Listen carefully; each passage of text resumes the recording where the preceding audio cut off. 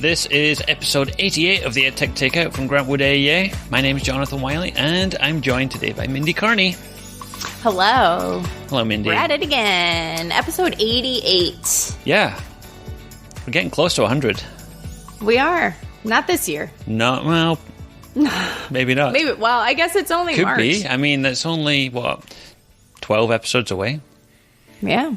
I think we could have it this year. 9 months? I guess we could. Yeah. I was thinking more like my years always run like school years, don't yours? Yeah, that's true. Yeah, end of the school year. My husband's always like, now your school years, there's, that's not a whole year. Mm-hmm. Oh, yeah, that's right. Yeah, there's two types of calendars you can buy. You can buy the one that goes January to December or the one that goes August to August or something. So. Right. Yeah. All right, so should we start with some news and follow-up? Get straight down to business. Look at you. Oh, yeah, sorry. No, that's fine. Did you want to small talk for a little bit? I love to small talk. It's my favorite. I guess we've done enough of that already. So the first one on the list, did you see that Screencastify now has the ability to blur in the Screencastify editor? I did not see this until you put it on there, and then I looked it up, and I was like, oh, that's neat. Yeah, so still part of the free features of Screencastify, which is awesome. And the only thing when I went in to play with it, I didn't think it was very intuitive about how to blur. It says you have to select the video clip, and I'm like, well, my video clip's right here. You actually have to click on your video clip down in the editing bar, Timeline. And then all of your features pop up. Yeah, thank you.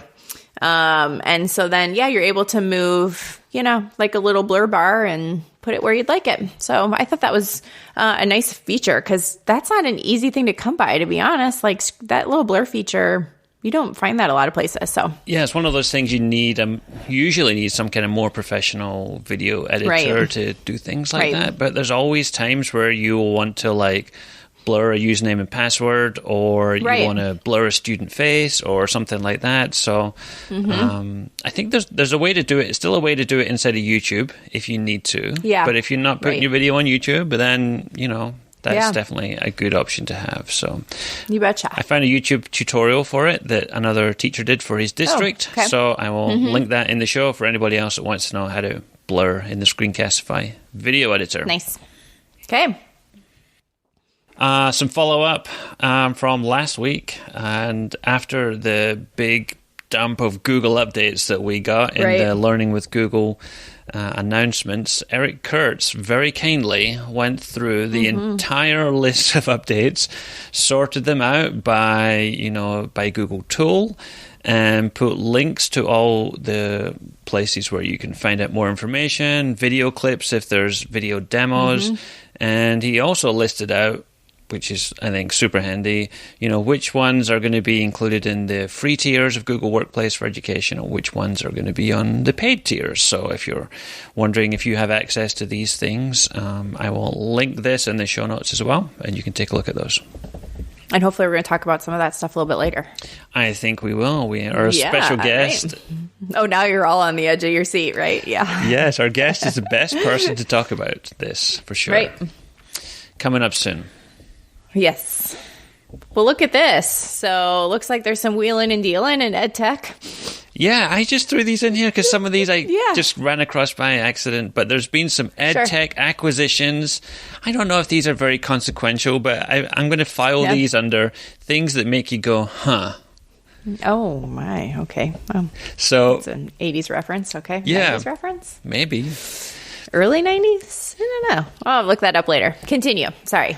First up, Kahoot buys whiteboard.fi, or is it FI? I don't know what those guys prefer to call it. I think I've heard people say it both ways. So it's a previous tech nugget.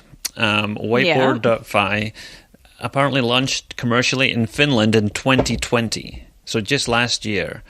And really? Yes. In addition to their free offering, it has grown to over 7 million users on a 30-day basis. So there's lots of people using this right now. Using that.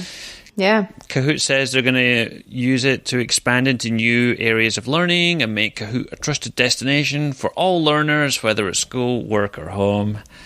That's a press release thing right there. But yeah, interesting to see what Kahoot will do with that. If you go to whiteboard.fi now, it says part of the Kahoot family or something like that on the front page. So you can still use it, and you can still use it for free, but it's now owned by Kahoot. Okay, good to know. Next up, one of Mindy's favorite companies, Renaissance Learning. Least favorite. Okay, yep. Least favorite. Renaissance Learning has bought Nearpod for $650 million. That seems like a lot of money. I mean, a lot of money. I don't know what these things are worth, but yes, Renaissance Learning, who also are known for their accelerated reader program, have agreed to acquire Nearpod for $650 million. Now listen to this part. Okay. Nearpod is used by 1.2 million teachers across the world and in 75% of all public school districts.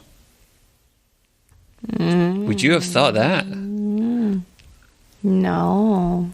I mean, I know Nearpod's popular, but I don't know if I would have gone as high as 75% of schools in the US. It's certainly not being used by that many school districts in our area. Yeah, so that's probably why it would have been a surprise for me. Some of you are probably thinking, well, of course. I mean, everybody uses Nearpod. But everybody uses Nearpod. Yeah, we don't have a high Nearpod usage with our schools, I don't think. But we do have some schools using it for sure. Great, yep. And then, last but not least, this one kind of flew under the radar, I thought, but I think it was interesting. Here? IXL has acquired Rosetta Stone. So IXL Learning, the adaptive learning suite of tools. Adaptive? Are we calling IXL adaptive? Okay, maybe you not say it's adaptive. Okay. Does it say that it's adaptive? I don't know if it says that or not, but it says here, IXL is an integrated learning platform that effectively supports personalized learning in math, English language arts, science, social studies, and Spanish. Well, I have to admit, I haven't looked at IXL for a while, but when I used it in the classroom, and I did use it, what I really liked about it was that those the problems that I could give students were all divvied out by standard, which I thought was super nice and helpful. So that's what it looks like in my mind. But, I guess I haven't been there for a while. So, and I didn't use the paid version. I only used what I could get away with for free. So I shouldn't pass any judgments on whether or not it's adaptive. I don't know. But I am interested in what the relationship between these two is going to be. Yeah, does that mean they are going to add some modern foreign language type deals into their IXL platform? I mean, that is an interesting one. It's intriguing. Yeah, we'll keep our eye on that and see what happens. So there you go. Lots of movers and shakers in the EdTech world right now. Yeah, wow. All right, so served to you piping hot. Up next is our main course. It's Annie Nash from the Google Education team. Welcome to the show. She let us know right before we started recording that this is her first podcast interview, so it's super exciting. So welcome to the club. We're happy to have you. Yeah, thank you so much, Mindy and Jonathan, for having me. I'm super excited to be here. So I always love it. What Wiley always starts with this first question is, so who is Annie Nash? Really let us know who you are. It sounds very profound, doesn't it? How deep is that? It does. Gosh, I don't know if I have a profound enough answer, but yeah, who am I? I mean, I can start with, the basics, like why did I qualify to be on your podcast to begin with? So I work on the Google for Education team. I am a regional program manager on that team. So I actually live and work out of Chicago and support school districts, school leaders, and organizations across the Midwest. So I was one of them.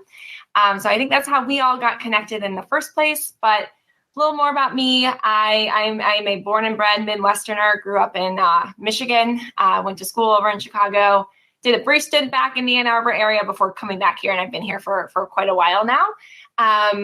And let's see, been at Google since 2012, though. So been on this team for 5 years, but did a number of other things at Google prior to joining the education, but obviously been here the majority of my time and love what I do on this team. So speaking of that team, what is it like to work for Google, and what kind of things do you do on the education team? Yeah. Well, I've been at Google the majority of my career, so I personally like working here a lot. So working at Google, I've always found it to just be a really great place. The people, I think when even when Googlers, leave the company to go into other opportunities or whatever it might be, often folks will write an email just saying, hey, I'm leaving, Friday's my last day, whatever it might be. And they usually always just say, the thing I'll miss the most are the people. So I think that's what makes Google has always made it such a great place for me to work. I love the people I work with. They're passionate, they're hardworking, they're super collaborative and fun to be around. So that's kind of my experience at Google. And that's really been the case since I joined, 8.5 years ago. So I've just gotten to really kind of grow up here too, which has been a unique experience. And I really like it. And I have opportunities now to even, kind of mentor, folks who are newer and, younger or newer into their career. And I really recognize myself because I was basically a new grad when I joined, literally I grew up here. So yeah. And then on our team, what do? We do a number of things. So my particular role as a regional program manager, I'm working directly with school and district leaders. I'm also working at times with different, education agencies at the different state. Every state is structured a little differently. Right. So depending on the state and how those organizations are involved with the rest of the education ecosystem, it kind of just depends how we all work together. But I'm the person that, hops on the calls and is at conferences virtually and in person when that can happen again, and really kind of maintain the relationship with all of our education customers that are using various Google products, things like Google Workspace, things like Chromebooks and Chrome education upgrade management licenses and the like. And then the other component though of my team, just the overall Google for Education team, we're the team that's behind Google Classroom. There's a in kind of the education lens of Google Workspace. When you think about forms and quizzes and, a lot of the feedback, and that's a big thing I do, is bring a lot of feedback from the folks I work with who are using the products day in, day out in a teaching and learning or in an administrative capacity, and bring that back to our team and help make sure we're building the roadmap that makes the most sense for everyone who needs it. Yeah, I was going to say that. I bet the number one thing that people probably accost you about is features that they want to see in Google products. And every time they get FaceTime with you, they're like, oh, I'd really love hyperlinks in Jamboard or something like that. And they just throw things at you all the time. Yes. No, it certainly is. But I love it. Honestly, listening to the feedback and bringing that back. And then when those things come to fruition, it's super rewarding. Where it's like, guess what? Even just recently, we made a lot of announcements in February. Even things like, guess what? Classroom rich text formatting is coming to post. It's just like, woo, it might seem little, but it's not. It's super important, and it really helps, especially teachers. So it's really rewarding to get those things out there based on the feedback. And just to know, for those teachers that are asking for new features and things, that the education team is listening to that feedback. They're actually reading that feedback and processing that feedback and using that to help guide the development of their tools. Yep, absolutely. Yeah. Please, keep reminding folks. Yeah, submit that feedback. Oh, we do. Yeah.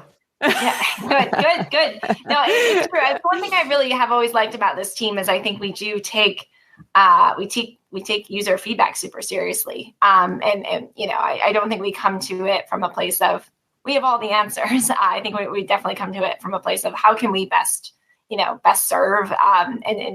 We rely on the feedback of practitioners to really help us do that. So I noticed that you said Google Workspace, and I'm still wrapping my head around that. So I'm glad you said it again, because I probably would have messed that up. But that was one of the reasons we wanted to talk to you too, is these different tiers within Workspace and maybe some clarification of what that will look like or what that means for schools or how will that work. So do you want to talk a little bit more about what that will mean for schools in the foreseeable future? Yeah, absolutely. No, yes. Yes. And for what it's worth, I'm still getting used to it as well. I've been on the team since it was Google Apps, then it was and now it is Google Workspace. Same great products, new name, right? Right. Okay. So Google Workspace is essentially the rebrand of G Suite. So now Google Workspace for Education is what we call formerly known as G Suite.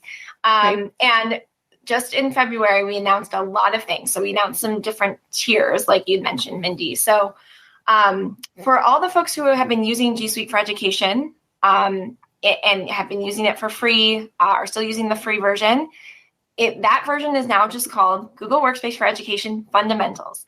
And I think the big take-home thing I hope folks really take away is that nothing is going away. In fact, we're just adding. We're adding a lot. And in fact, actually, we made, I think, over 50 new product announcements on the 17th of February. And a lot of those, when you go through, are coming to the fundamentals version. So still a case that it is an important platform. It's still where most users ultimately are worldwide, and we want to keep investing in that. Now, especially in 2020, we saw a huge uptick in what had formerly known as G Suite Enterprise for Education. So we had a premium version of enterprise of the G Suite for Education product. It's actually been around, I think, since 2018. It's been around for a while, but in 2020, just with some of the enhanced features that came into play, both around privacy and security, and like security and admin tools, actually, I should say, and Meet and video conferencing. So all of a sudden, it was a really high demand. So a lot of folks started to upgrade so that they could get some of the enhanced features, premium features of Google Meet in particular. And we got some feedback though that, a lot of folks at the time, you kind of either had the free version or you upgraded and you got all these tools. You had tools for teaching and learning. You had tools for IT admins, all in one big bundle. So that one big bundle is now called Google Workspace for Education Plus. So folks who have already bought the enterprise version, you have all the same things. It's now just called Education Plus. But for folks who, might not have already, didn't purchase it already, but wanted to just say, what, we're kind of good. We don't really, maybe we use a different LMS. We use different video conferencing. We actually really are mostly interested in the admin, security, and analytics tools. So we might just upgrade to the standard version. So basically we introduced two kind of interim versions. So again, fundamentals and plus. I'm using lots of hand gestures, which I realize people can't see. But those are the two main things. And now two additional kind of interim. If you just want the admin tools, there's a standard version is what it's called. And if you just want the enhanced Meet or some of the enhanced classroom features we announced that are coming, that's where you could just purchase the teaching and learning upgrade. That was a lot. Mindy, Jonathan, keep me honest. Was it super confusing? I tried to make it not as confusing, but I don't have any visual aids to help me. So please ask questions if you're like, wait, what? Because it is it's a lot. It's a lot to process because it's new information. Yeah, it's the kind of thing that works much better on video than audio, but I know exactly where you're coming from. I followed you exactly. Yeah, right. We can link to there's a page that you guys have put together that compares all the 4 tiers together. But yeah, basically, if you were on the free version before, you're now going to be on Google Education Fundamentals, and if you had the enterprise version, you'll be on Google Workspace for Education Plus. And then there's a couple of tiers in between there, just with additional tools and things. Right? Yeah. Jonathan just said it so succinctly. You did not need me on this. He just restated your words and called him his own. Yeah, that's all I did. So, Annie, I do have a question, though, a follow-up question. What's the cost like for that? Is it per student? Is it per school district? How will schools be charged for something like that if they decide to upgrade? Yeah, so the new pricing will be available in mid-April. Okay. And for the Plus and the Standard, it's going to be priced on a per student basis. And I think, I want to make sure I don't say this wrong, but I think for every 4 licenses of student licenses you get 1 free additional staff license.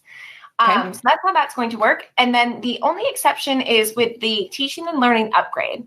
So that one, we did price that one differently. so that it's actually not based on student. It is on just a per license basis in general. Okay. So the use case would be if, let's say, only a particular department or a particular school or even certain grade levels wanted to upgrade to the enhanced classroom and meet, they could without having the entire district upgrade. So we just wanted to introduce a bit more flexibility for that. Sure. Okay, well, just for fun, we in the Learning with Google event, there was all kinds of new updates and things that were thrown out there. We've talked about some on the last episode we did here, but I thought maybe we just go round robin and everybody pick one of their favorites and just talk about why you're looking forward to that one. So, I better look at this cheat sheet that you linked in here. Okay. Yeah. So I linked in a cheat sheet from our friend of the show, Eric Kurtz, who went through and listed off all the upgrades and all the different departments and linked to all the different things on there too. So I don't know, maybe while you guys are thinking, I'll just jump in and pick one here. But I think one of my favorites is the screen recording on Chromebooks. Mm-hmm. I think that'll be a really awesome one for students to take advantage of. I think you're always going to have extensions and add-ons and things like that for things, but if you can have one less, then I think that would be a really awesome thing to have, just to have students show what they know, but also have teachers to have a quick, easy way to create tutorials and videos and things like that too is going to be great. So that looks like it's coming this month. Is that right, Annie? I think so. Yes. It should be coming soon. Yeah, absolutely. I always have to, I too have my own cheat sheets. There's so many. I was like, when did we say it was coming? But yeah, I do believe that's coming quite soon. That's an exciting one for sure. And that just comes as an update to Chrome OS, so nothing that people just need to do or versions. Install. Yep. All right, what have you got, Mindy? We talked about this one last time, I would say too, but I'm really intrigued by the ability to come back to your Google form as a draft. And I think that is probably going to be more powerful than we give it credit for. We have lots of schools that work with blended learning, and I'm imagining in my head creatively trying to think what that would look like as a playlist. And if you could use a Google form as your playlist and then a submission of accountability work, within that form. So I'm kind of excited to play with that yet and see what that might look like. That's those are both really great ones. Okay. I mean, I mentioned the one of rich text formatting coming to Classroom. Another one I should mention that I'm excited about for Classroom is the Classroom add-ons. So more integration coming into Classroom when you're using third-party ed tech tools like Kahoot, Nearpod. I think we announced Adobe Scratch. Am I saying that right? Adobe Scratch? Am I saying that right? Adobe Spark. I'm like, Scratch. What am I getting on my no? Yeah, I was like, that does not sound right. I'm thinking Scratch coding. Sorry, yeah, Adobe Spark, and several others.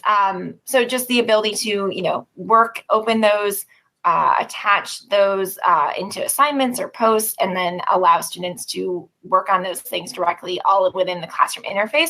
I do have to say that is actually a part of the Teaching and Learning upgrade or the Education Plus version. But everything that you both mentioned and the rich text formatting, those are all going to be coming to fundamentals. So just wanted to include that asterisk. Mm-hmm.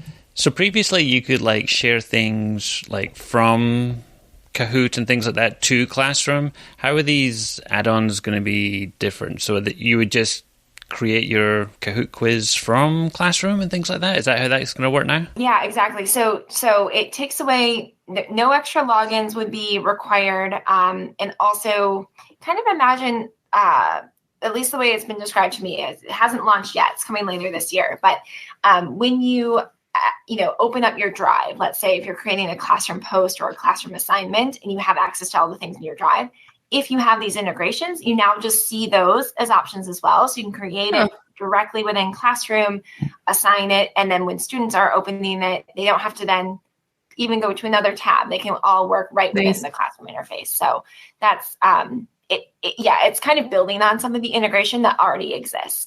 and just making it even more cohesive and more streamlined.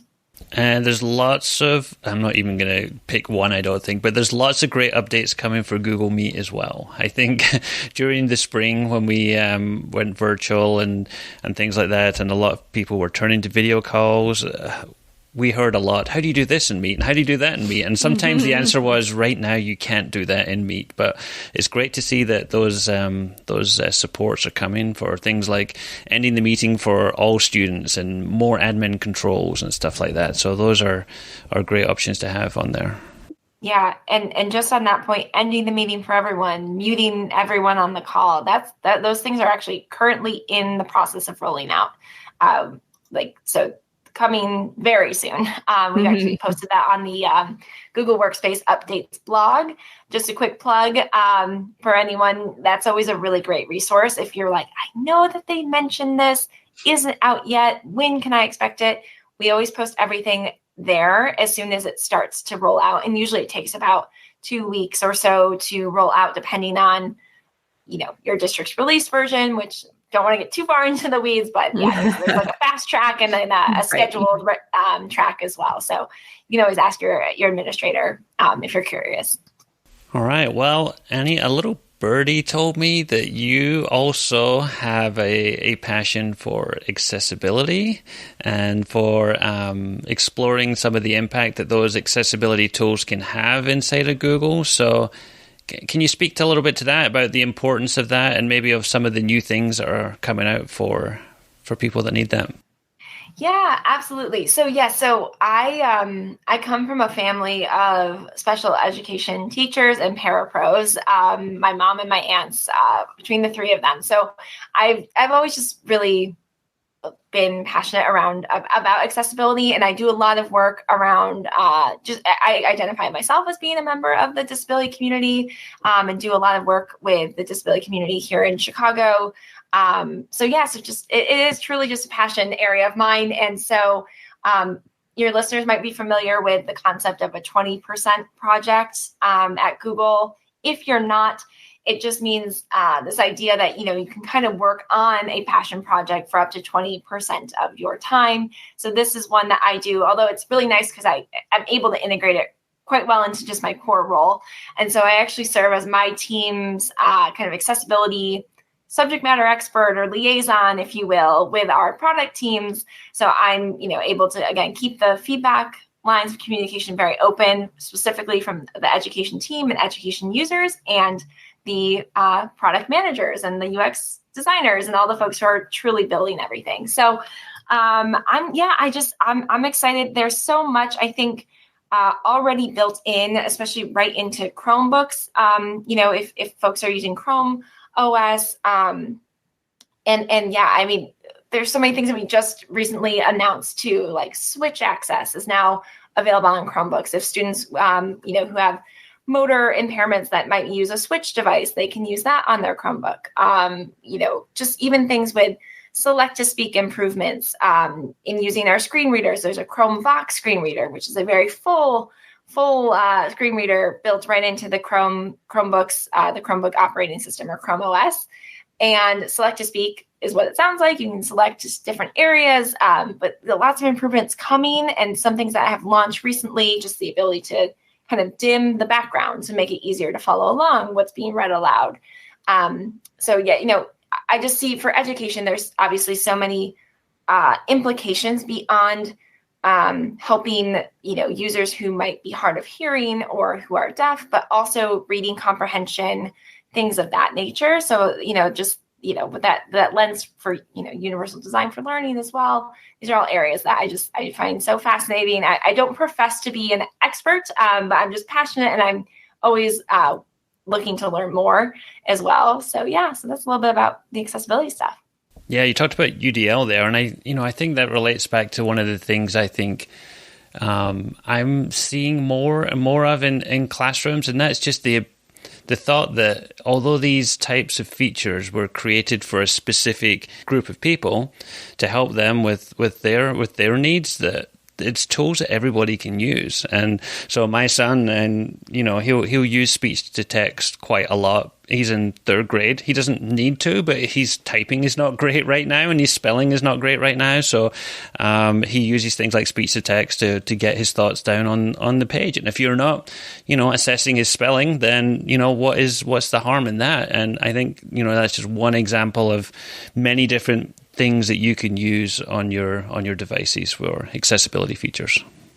Yeah, absolutely. And even for English language learners, or just the built-in captions that are in Meet, that now, by the way, if you haven't noticed, you can have the captions be in Spanish, I think Portuguese, French, and German, I believe now. So if I were to be fluently speaking any of those, it could caption it and recognize that I was speaking those languages, which is very cool. And even built-in captions on slides as well have come a long way over the last couple of years since they've been there. So yeah, I agree. There's so many applications, and it can always help so many people. Well, and I think you bring up a good point, especially talking about the Chrome OS, which really, I think, is the powerhouse of the Chromebook, of course. So over the amount of time that Wiley and I have, especially me, been working with Grant Wood, we've just really seen the impact of Chromebooks, and it's really helped, I think, get devices into every child's hands. So, what do you see in the next 10 years for Chromebooks, or what impact are you guys measuring of those Chromebooks in classrooms? You want to talk a little bit about that? Oh my gosh. Yeah. Chromebooks. I'm just personally a very big Chromebook fan. Like, I think even if I were not working on the EDU team, I love Chrome. I've worked personally on a Chromebook for at least the last 6 years. So I do all my daily work, and it's my home computer as well. So Chrome OS, I think, where to begin? I mean, yeah, it's been around for about 10 years. It's come so very far. And in terms of form factors, from a kind of standard laptop clamshell to the whole 360 hinge with the world-facing camera, so students can capture things like a tablet mode. I just think we're going to continue to see so much more with Chromebooks. And actually, one thing we just created as a helpful guide, especially this year, because school got flipped on its head in terms of how we normally approach it, right? So we created a guide to help particular school leaders that are making, buying new Chromebooks or refreshing Chromebooks or whatever it might be, a guide to help them, kind of choose the right Chromebook for the right activity. So if you're, thinking that your Chromebooks are going to be primarily in the classroom, maybe for your younger grades, they may or may not take them home if and when, things get back to a bit more normal. There's a Chromebook for that, right? Like, that's not designed for the 8 hours a day of being on a video conference. Sure. If you are still anticipating a lot of video calls with running an LMS or whatever, different tabs, there's something for that. And then for your power users, for staff, we're seeing a lot more folks, invest in Chromebooks as their staff, either primary or secondary device. And usually, teachers want a bit more of a higher power machine. The cool thing with Chromebooks is you can get as much of a souped up Chromebook at device in terms of just that built-in power, as you want these days. So I just think Chrome has expanded so much. And what I think is the true magic of Chromebooks, I mentioned the form factors and how they look and feel and touch and not, all of that. But I think it's that OS, Mindy, like you said, that is what makes it so cool. And I just, as a user of Chrome, just seeing how it's changed and grown and all that's even coming just on a regular basis, right? We launched a new version of Chrome OS roughly every 6 weeks or so. So it's just incredible to see the actual user interface, like what you kind of know and love, what makes a Chromebook change over time. Just from a productivity standpoint, I think it's a really cool device. I think, there's something out there for everyone if they want it. Yeah, I've been at Grant Wood now for, I think this is my 10th year. And, I'm a pretty tech-savvy guy. I can usually recognize most devices that are kicking around. But when I joined Grab with Stacy Beamer, who you are familiar with, and another colleague of mine, Tony Amsler, they were walking around with these CR48s. And I'm like, oh, okay. So these were like the original prototype Chromebooks. I'm like, what is that? I have never seen anything like that before. And so just, thinking about how far they've come, like you said, and, when they first came out, they were all basically very similar spec-wise. They might be made by Samsung or Acer or something else, but now that you can get a little bit more power and option them up, gives them more flexibility again, I think, for sure. Do you have a CR48 hiding in your closet somewhere or not? Oh my gosh, yeah. And I think I have one of the originals. I think it's like at my mom's house these days. Yeah. I think it's still around, still kicking. All right. What else do we want to talk about? Anything else that we should know about in the world of Google Workspace for education? Any things that need to be on people's radar, things for people to look out for? I think we covered a lot of it. And I know you mentioned a few links that you'll be sharing out as well. I'm happy to add any, if there's anything else too, but I think we covered a lot. I think just that cheat sheet that you mentioned, some of those additional product announcements, like I said, I think we made over 50. So there's a lot, and we touched on just a handful. So really encourage folks to just read up and kind of see what's on the horizon for the rest of this year. If people were looking to find you or get in touch and ask questions, where would they go? What's a good place to find Annie? That's a great question, because I do have a Twitter, but I'm not a big social media user. And I know that, that's like I actually signed up for Twitter when I first joined the EDU team, because I know that's where a lot of educators are. So you could find me there. But otherwise, I think working honestly with your AEA group, like that's one way to get in touch with me. I do have, I have a email alias that I can share out that would reach anyone in my Chicago office too. So we can make sure if I'm the right person to get in touch with you in your district, or if it's one of my colleagues, we can kind of check that out. So we can maybe link that into the show notes as well. Well, you and Mindy are in the same boat on Twitter right now, so it's not Mindy's favorite place to be. Don't go either. on there. Yeah, golly. I went on there again yesterday. I always kind of go back on right before the podcast just for an hour before and just kind of look around like, what's going on in the world? I'm like, I don't like to be on here.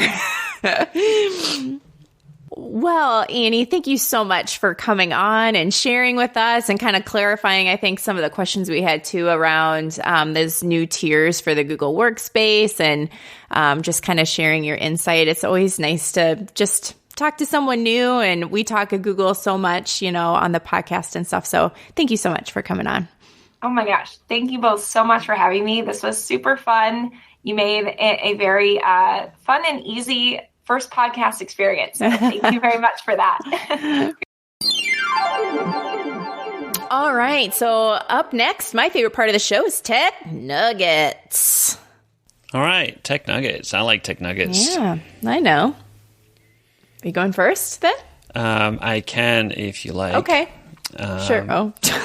Oh, yeah, it's my favorite part. I can do it if you want me to. Said with such enthusiasm. No kidding. All Jeez. Right. Well, I have two tools this week brought to you courtesy of Jennifer Gonzalez, who brought them to my attention, and I think I mentioned her last week. So I'm just going to be, on a Jennifer Gonzalez kick for a while, I think. The first one is Prezi Video. What's happening here? Okay. I think it's interesting and worth mentioning. And I know Prezi, we think of those, presentations that you zoom in and out of, and they got kind of cliche for a while. But they're branching out a little bit and trying to do something different. And so it's called Prezi Video. And I think their goal here is, typically like a screencast would be, you in a little square in the corner of the screen while you're showing a website or something. So they're trying to make that a little bit more interactive. And because I'm in the process of teaching a screencasting class, I thought this might be kind of interesting. So if you click on that link there, you'll see, there's a little video that runs on the front page there. And it basically means you have your webcam looking at you and recording you, but then up on the side, some graphics and things appear. You can have your slides appear. It's almost like, on SNL when they do the news and they have like things over their shoulder and stuff like that. So it's that kind of interactive thing. You can maybe have an outline of your content and then zoom in closer to some slides and then zoom out. Sure. And so I don't know. It says it is free. But it's kind of like free-ish. There's tiers that go along it in terms of what you want. If you don't want the watermark, if you want high-definition video exports. But if you're looking to try something different with your screencasting, you may want to take a look at Prezi Video. Yeah, no, I think it looks really nice. Because otherwise to get a look like that, you'd have to do some serious video editing, right? Or know what you're doing, or have a powerful enough software to do it. So, yeah, I think it might be fun to kind of play with that a little bit. They have a bunch of built-in templates and things and graphics, and you just choose the one you want, and then you type in the text you want to appear in the box, and it appears up there for you. So, yeah, Prezi Video, free-ish for teachers and students. All right. So I turned on back tap on my phone. Have you seen this? I have seen this. I'm curious as to what you're tapping on the back there. The Apple. Yeah. Well, okay. What are you invoking with your back tap? Oh, I see. All right. Well, first of all, to tell you where to find it, it's in your settings under accessibility and then under touch. And then you have to turn on your back tap, and then you choose whether you want to double tap or triple tap. And then it gives you a menu of things that you can turn on. Some of them are real heavy in the accessibility options, which I looked through and was like, oh, would any of these help me? And there wasn't a lot in there that I would choose for myself as a user. A couple options that might be interesting would be that you can turn your camera on with it. You can open up your text messages to a brand new text, like open, compose. So I tried a couple of those just to see, and I was like, no, camera, I feel like with the notification center, not notification center, but what's the drop? What do you pull down? What do you call that? Control center, right? Yes, control center.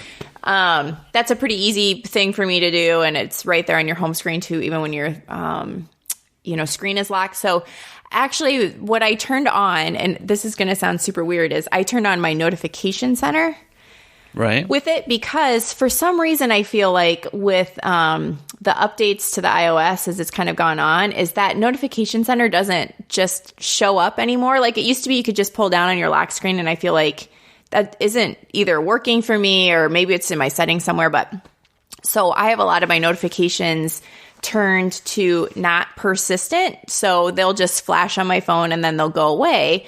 Well, it's nice for me when I'm working because it doesn't distract me. Like I don't see like all of these notifications on my phone necessarily. But sometimes it's just nice to be able to see my list of notifications instead of having all of these red numbers on my phone. Yeah, for sure. So, I've started using it just as like if I, have been working for a couple hours and like, let's say I'm lunch, I'll just turn on my notification center and kind of flip through those things and see if there's anything that I need to take a look at. Or I'm always shopping for houses. So like I have Zillow notifications that pop up, but those aren't things that I would look at during my workday, but I would still like to take a look at them, that kind of stuff. So I know that seems weird because I'm kind of anti-notification, but it is a nice way to go through all those notifications at one time instead of like having to look through and see what I'm missing. Or especially like I feel like with my kids' Seesaw stuff, I tend to miss some of those things in Seesaw. So when I can look at my notification center, I'm like, oh, I've got like 15 notifications from today. I should probably go in and look at Seesaw. So I'm hoping that more stuff comes to that back tap because I think it's kind of a neat feature to be able to use it. But so that was kind of a fun little nuggety to share. Yeah, and I think it falls into that category. We were kind of having this conversation with Annie for a little bit about how this was obviously created as an accessibility feature, but anybody can use it for whatever they need. And, things like the control center, like you said, is easy to access. But if you have one of those like big Pro Max phones that are giant and you've only got one free hand, it's almost impossible to get your thumb all the way up to that corner to swipe down and get it. So the back tap is pretty good for that. I think I used it for a while to do like screenshots, and then I just kind of forgot I had the back tap on there because, certain cases and things, it's hard to press the right buttons or press them in the right order or something to get a screenshot and things like that too. The only other thing I've seen people use them for is shortcuts. I don't know if you've experimented with that before, but if you have a shortcut, an automation or something that you run, like you want to turn on a lamp in the living room or something, you can double tap the back and it'll run that shortcut and turn on your lamp or something. So all right, well, we can put a link to that on there for people who are wanting to back tap as well. My second nugget is, like I said, from Jennifer Gonzalez. This one is a website that she highlighted I thought might be useful for some people. It's called embracerace.org. Okay. And it says, let's raise a generation of children who are thoughtful and informed and brave about race. So if you're looking for resources on how to have a multicultural classroom and ways to involve your students in conversations around things like that, this is a great place to look. So they have a lot of resources on here where they have webinars, they have articles, they have action guides, they have children's books, they have stories.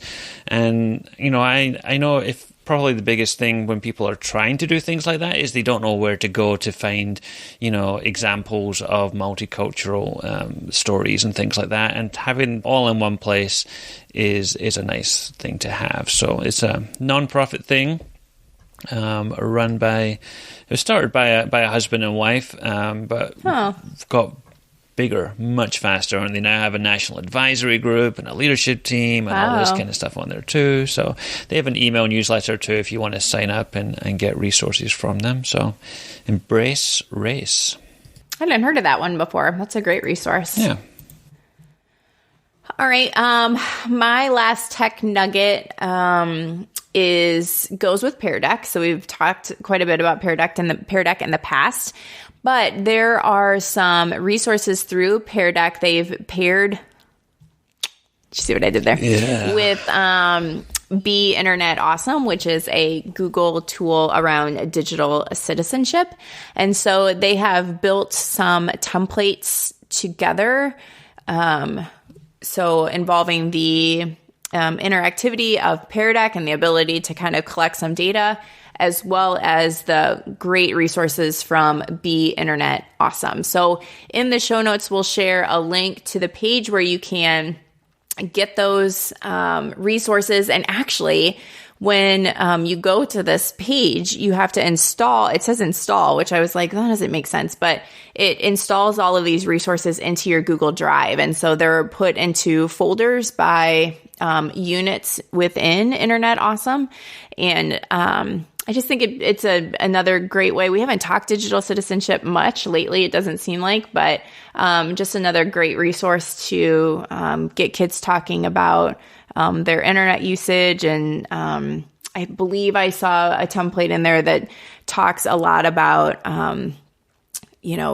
judging your life against the life of someone that you see in social media and how that affects our mental state or our mental health. And yeah, so just some good stuff out there through PeerDeck, especially for our teachers within the state of Iowa that now have PeerDeck for free for this year. So thought that might be a good resource that could be helpful. Yeah, and you're right. We don't talk about digital citizenship all that much right now. And I feel like, maybe current climate and everything is more important than ever. But does this mean it's the return of Mindy's fortnightly s'more on digital citizenship that we used to enjoy so much? No. Okay, well, that was pretty emphatic. Oh, funny. All right, so been a good episode today. It was good to talk to Annie, wasn't it? And have be able to go straight to the source and get some ideas and questions answered on that sort of thing. So she was really awesome to have. All right, so I think that about wraps it up for another exciting episode, like 88, you said. So, we've done this 88 times now. You'd think I'd know how to end the podcast by now, wouldn't you? Yeah. You'd think people would be tired of hearing from us. Yes. So we'll put links to everything we talked about in the show. If you want to follow me or find me on social media, I'm at Jonathan Wiley. Mindy is at Team Carney. Sometimes our team account is at DLGWAEA. And that is everything we have for today. So, exciting guests coming up. We've had the first exciting guest. We have 2 more exciting guests, don't we? A little bit of a series. A little bit of a married mini-series. Yes. So, until next time. This has been the EdTech Takeout. We hope it hit the spot.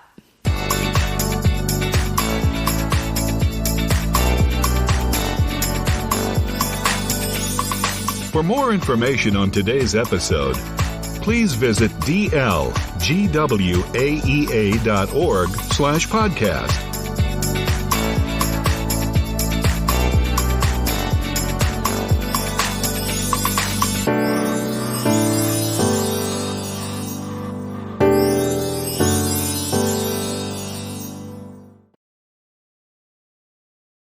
Yes. So, stay tuned. This has been the... I'm sorry. You're still rambling. Stop rambling.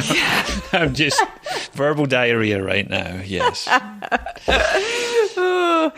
So, until next time. This has been the EdTech Takeout. We hope it hit the spot.